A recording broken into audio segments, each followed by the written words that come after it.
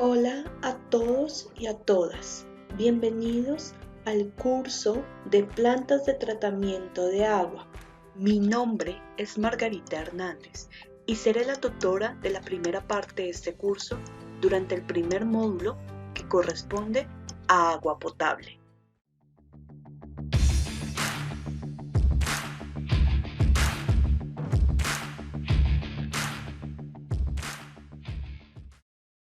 Bueno, a continuación vamos a hacer como una recopilación sobre cuáles son las rutas en donde empiezan a generarse los contaminantes y cómo estos contaminantes empiezan a llegar a diferentes cuerpos de agua y cómo finalmente toda la gestión integral del agua empieza a involucrar tanto infraestructura de acueducto y alcantarillado como las mismas plantas potabilizadoras y las plantas de tratamiento de aguas residuales. Entonces vamos a empezar primero con enfocarnos en las actividades humanas, ¿cierto? Entonces, toda la parte de la manufactura de productos, por ejemplo, los servicios que se prestan en hospitales, en otras instituciones como centros comerciales, en fin, en nuestras propias residencias, todas esas actividades que realizamos, qué incidencia tienen sobre la producción de contaminantes y entre otras como la agricultura, ¿cierto? Actividades de agricultura, de crianza de ganado, todo ese tipo de cosas, pues van a incidir en eso. Entonces, ¿qué es lo que pasa? Cada una de estas actividades en un primer momento van a consumir agua, ¿cierto? Se necesita el agua para realizar cada una de estas actividades, pero como se va a consumir agua, asimismo se va a generar aguas residuales, ¿listo? Lo ideal es que esas aguas residuales se transporten por medio de un sistema de alcantarillado donde me permita la recolección de este tipo de residuos, ¿listo? Para que estos no se hagan vertimientos ilegales directamente sobre cuerpos de agua o directamente en las calles, porque pueden pues provocar precisamente problemas de salud pública y problemáticas sobre los ecosistemas ambientales. Entonces, la idea es que todas esas aguas residuales sean recolectadas por un sistema de alcantarillado.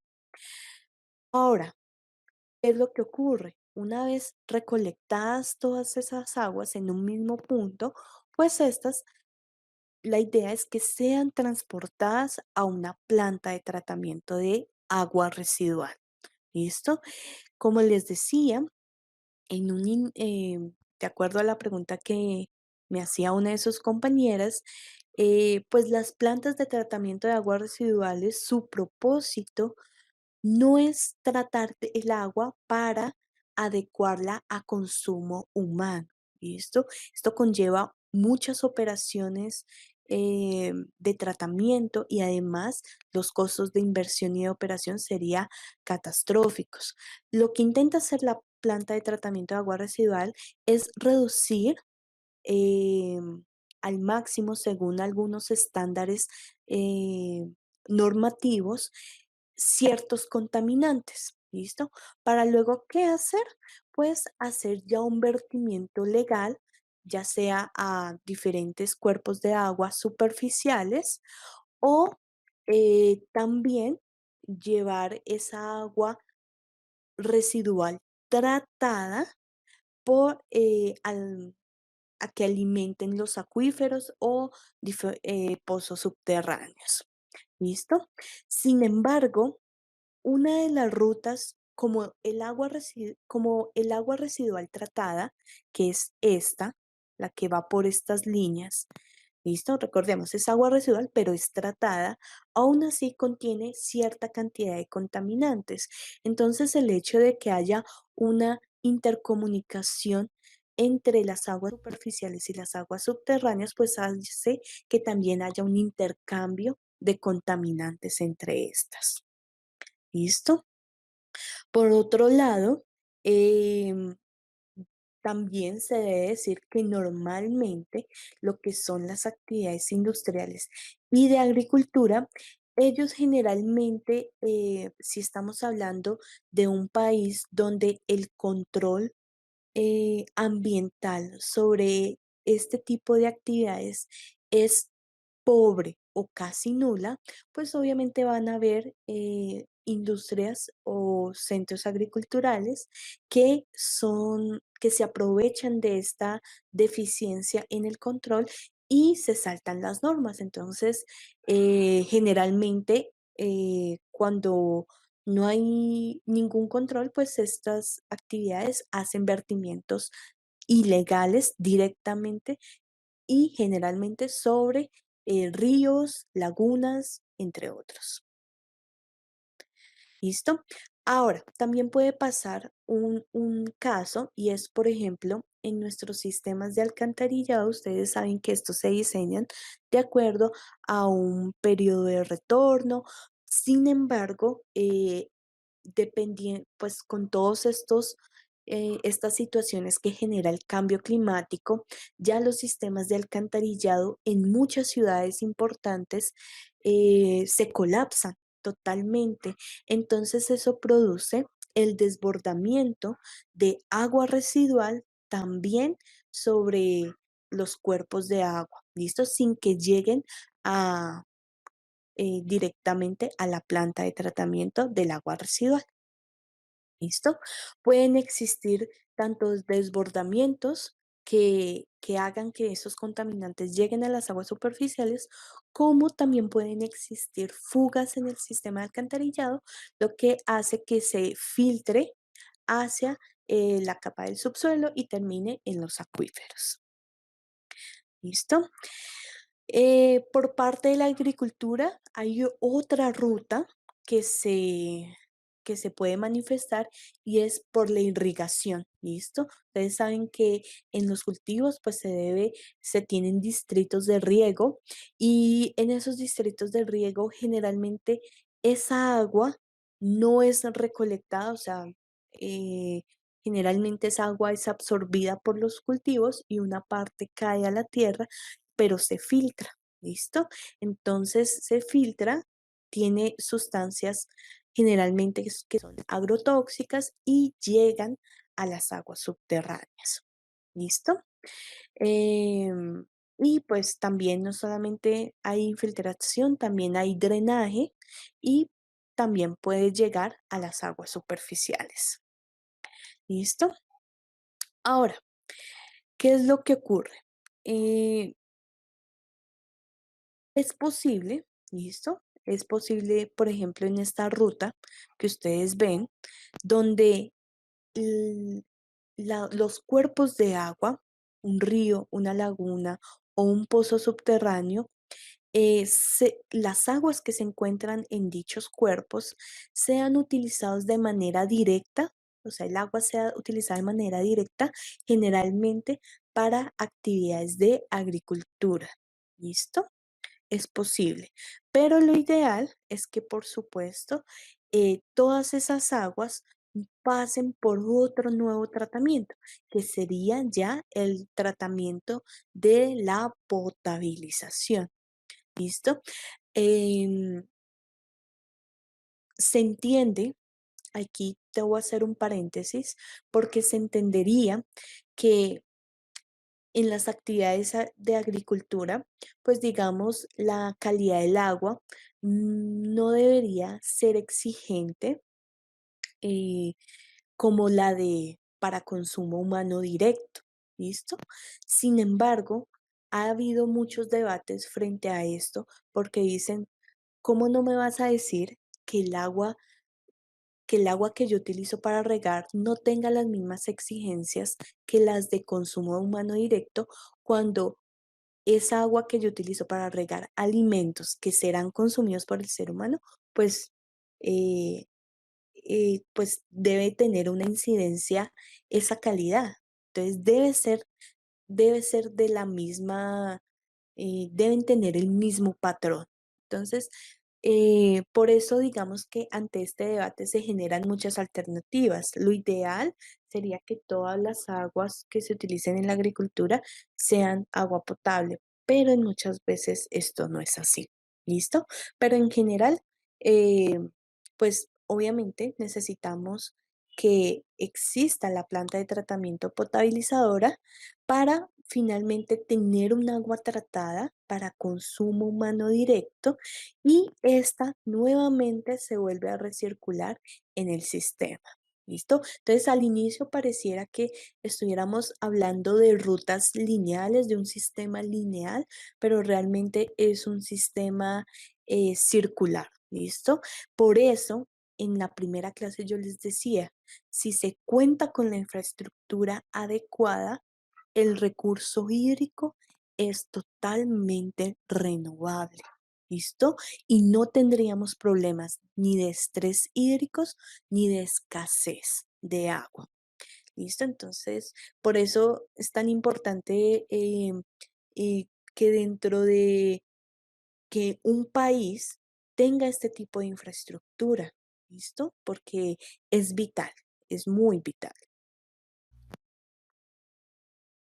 Listo. De acuerdo con la normatividad, la resolución 2115 del 2007, pues quiero hacer un repaso breve sobre cuáles son los parámetros que deben evaluarse para agua potable. Entonces vamos desde las características físicas que son el color aparente, olor y sabor y turbiedad. En cuanto a las características químicas, pues tenemos que evaluar conductividad, pH, cloro residual y aluminio residual. Hay otro grupo que se debe evaluar que está relacionado con las características químicas del agua que tienen un efecto adverso en la salud humana. Entonces aquí ya empezamos a ver compuestos o contaminantes eh, relacionados que, digamos, no son muy comunes de evaluar en plantas de tratamiento municipales, pero que en las grandes ciudades, las plantas de potabilizadoras, al menos sí mandan a hacer estos ensayos a laboratorios especializados. ¿Listo? Entonces, entre esas características está el antimonio, arsénico, mercurio, cobre, cromo, plomo, trialometanos son súper importantes. Les comentaba que generalmente estos se producen por el uso del cloro. Entonces, obviamente esa parte del cloro hay que tenerla muy controlada. Hay otras características químicas del agua que tienen implicaciones sobre la salud humana y son como el carbono orgánico total, nitritos, nitratos y fluoruros. Listo que tampoco son muy comunes en plantas municipales. Recordemos que hay muchos parámetros que deben evaluarse mediante equipos o utilizando químicos muy costosos y a veces los municipios no tienen la capacidad de endeudamiento para poder hacer estos ensayos. Entonces, en esa parte hay que también tenerla muy en cuenta. Características químicas del agua que tienen implicaciones también sobre la salud humana.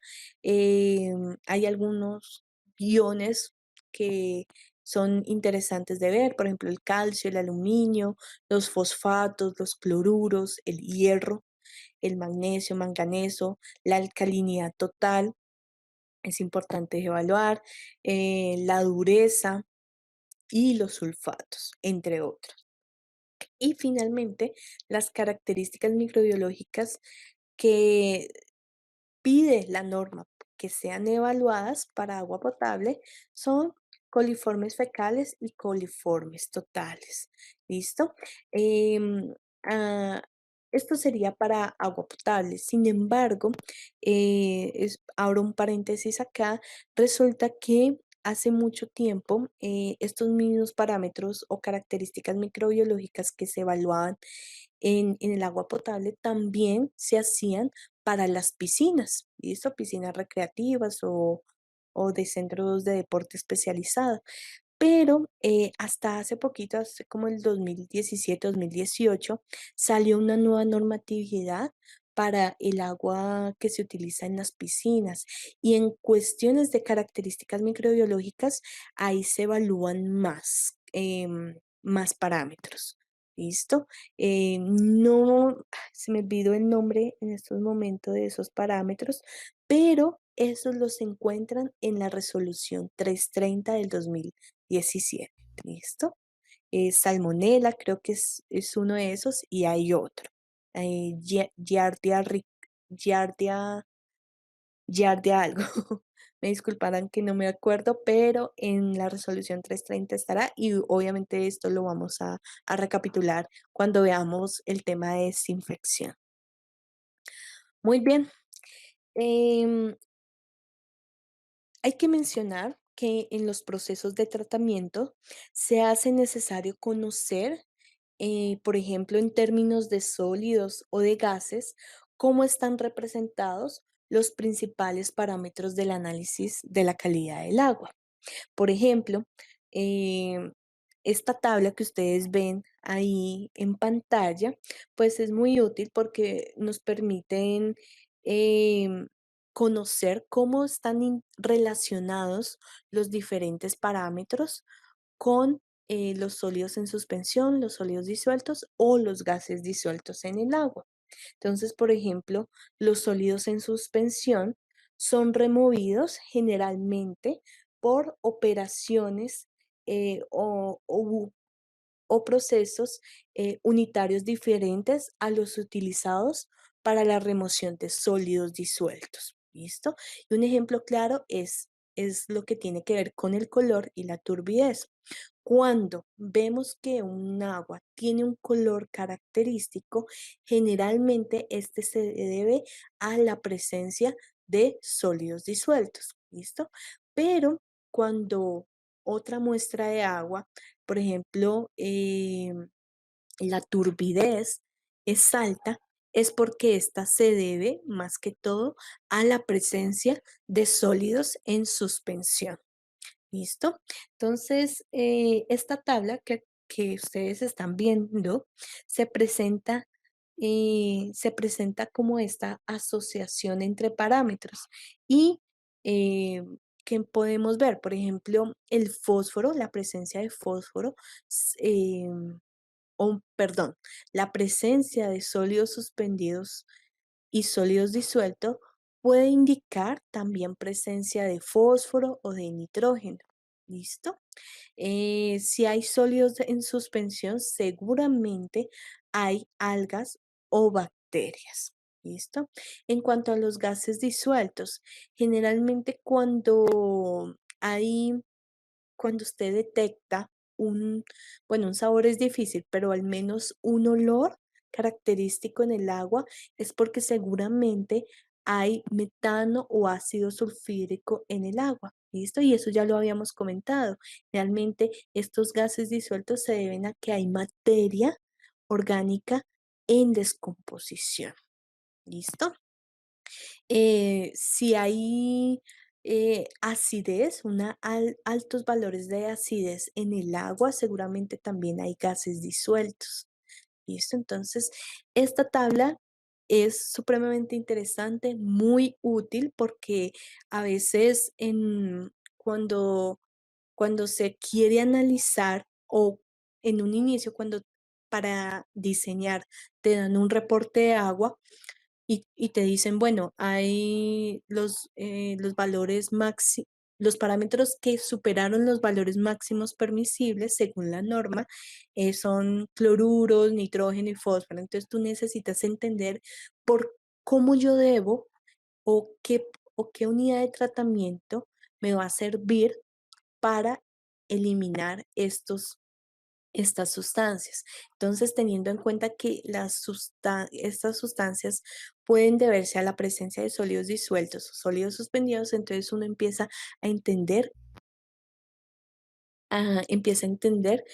qué unidad de tratamiento te puede servir para remover dichos contaminantes.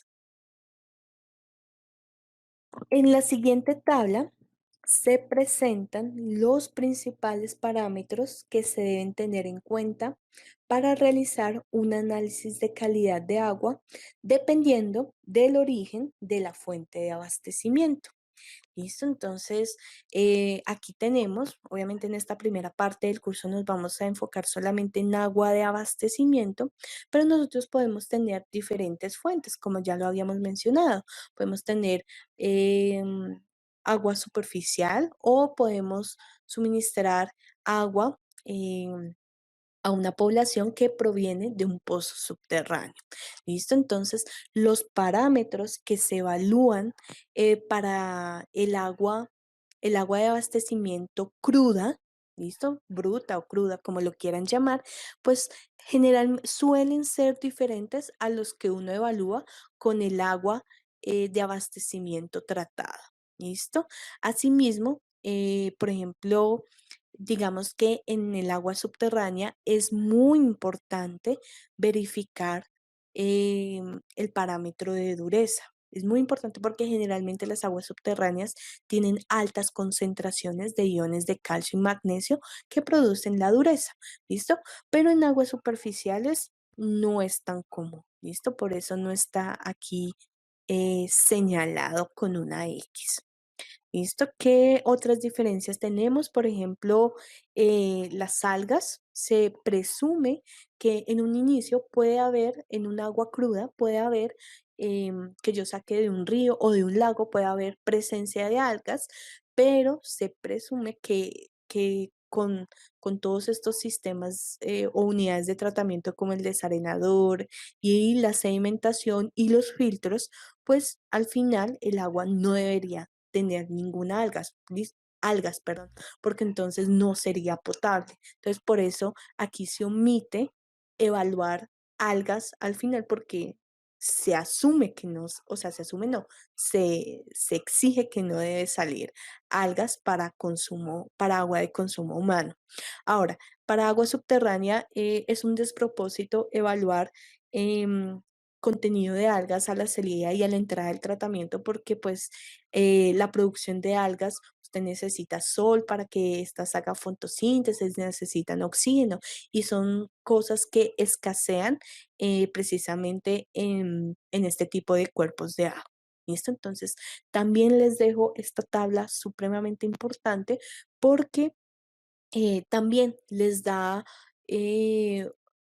un indicativo de ustedes como diseñadores, ustedes como, no sé, gerentes del proyecto, lo que ustedes quieran, puedan tomar las decisiones frente, bueno, tenemos esta muestra de agua. Entonces, ¿qué parámetros son los que yo tengo que evaluar? Ah, bueno, primero debo preguntarme entonces de dónde proviene esa agua para saber qué parámetros debo evaluar. ¿Listo? Gracias por haber llegado al final de este video. Ojalá les haya gustado el contenido de este y hayan podido encontrar información útil no solo para este curso, sino también para su vida profesional. No olviden seguir consultando la biblioteca del curso y demás material de apoyo que se encuentra en el aula virtual. ¡Nos vemos!